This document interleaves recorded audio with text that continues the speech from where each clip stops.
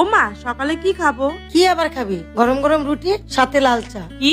ওসব আমি খাবো না। খাবি না মানে? এই সাত সকালে তোর জন্য কি বন্ডা মিনাই বানাবো নাকি? ও মা, ভালো কিছু বানাও না। অত ভালো কিছু আমি পারি না রে। তাছাড়া ঘরে কিছুই নেই, খালি গোটা পালং শাক একটু পনির পড়ে আছে। ওগুলো দিয়েই হবে। আমি বলছি তুমি বানাও। প্রথমে পালং শাকের গোড়া ফেলে পরিষ্কার করে ধুয়ে তোলো, তারপর কড়াই বসিয়ে পালং শাকগুলো সিদ্ধ করো। হয়ে গেছে, তারপর? এবার জলটা ছেঁকে ফেলে দাও আর শাকটা পেস্ট করো। দাও আমি করে দিচ্ছি, তুমি পনিরটা গ্রেট করো।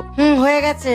এবারে ওর মধ্যে পেঁয়াজ কুচি, লঙ্কা কুচি, ধনেপাতা কুচি আর 1 চামচ জিরে গুঁড়ো দিয়ে ভালো করে মাখো। এটা তো পনিরের পুর হলো, তাহলে পালং শাকটা দিয়ে কি করব? উফ, দাঁড়াও না। এবারে একটা বড় গামলাতে অনেকটা আটা আর অল্প একটু ময়দা দিয়ে নুন, চিনি সাথে পালং শাকের পিউরিটা দিয়ে মাখতে থাকো। এসব তো আগে কোনোদিন বানাইনি। এগুলো তুই কোথায় খেয়েছিস? খাইনি, দেখেছি ফোনে। হ্যাঁ, এই ফোনে দেখবি আর নতুন নতুন বায়না করবি। তুমি লেচি কাটো তো, আর ওর মধ্যে পনিরের পুরটা ভরে রুটির মতন করে বেলো। তারপর? তারপর আর কিছুই না, ফ্রাই প্যানে তেল দিয়ে রুটির মতন ভাজলেই তৈরি হয়ে গেল গরম গরম পালং শাকের পরোটা। নিয়ে এবারে খেয়ে দেখ কেমন